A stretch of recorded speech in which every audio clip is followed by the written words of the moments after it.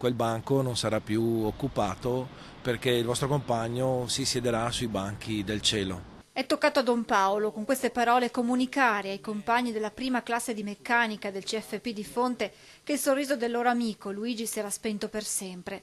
Una notizia che ha gettato nel dolore e nella disperazione tutti, anche i ragazzi, dice Don Magoga, più scanzonati, hanno iniziato a piangere.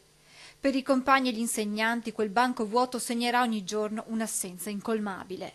Aveva doti spiccate, sportive, ma parlando con gli insegnanti aveva la capacità di farsi carico anche degli amici che avevano un po' più di difficoltà. Faceva un po' come dire da responsabile di classe e quindi forse anche per questo le lacrime sono scese copiose perché ecco, l'angelo custode che prima era fisicamente accanto a loro adesso sarà spiritualmente. L'ultimo pensiero di Don Paolo va alla mamma di Luigi, a quella difficile telefonata dove le parole faticavano a trovare spazio tra le lacrime e i singhiozzi. Le ho chiesto che cosa potevamo fare e diceva ricordateci. Come i compagni di scuola, anche quelli del Ponzano Calcio faticano ancora a credere che Luigi non varcherà più le porte degli spogliatoi dove da settembre si allenava nelle file dei giovanissimi.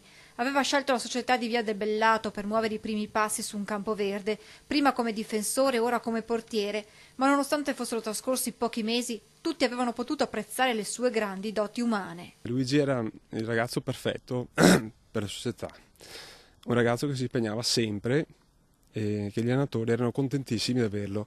Magari non era tecnicamente ancora esperto perché aveva cominciato da poco, però sopperiva a queste mancanze con un impegno e una dedizione che sono difficili da trovare nei ragazzi, veramente un ragazzo d'oro.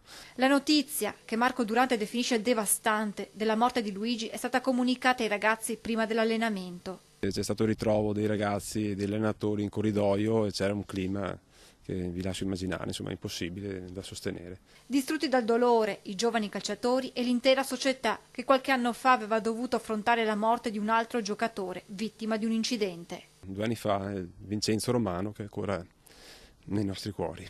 Il Ponzano Calcio ha deciso di sospendere tutti gli allenamenti e le partite dalla categoria piccoli amici fino ai giovanissimi. Le altre invece domenica giocheranno con il lutto al braccio.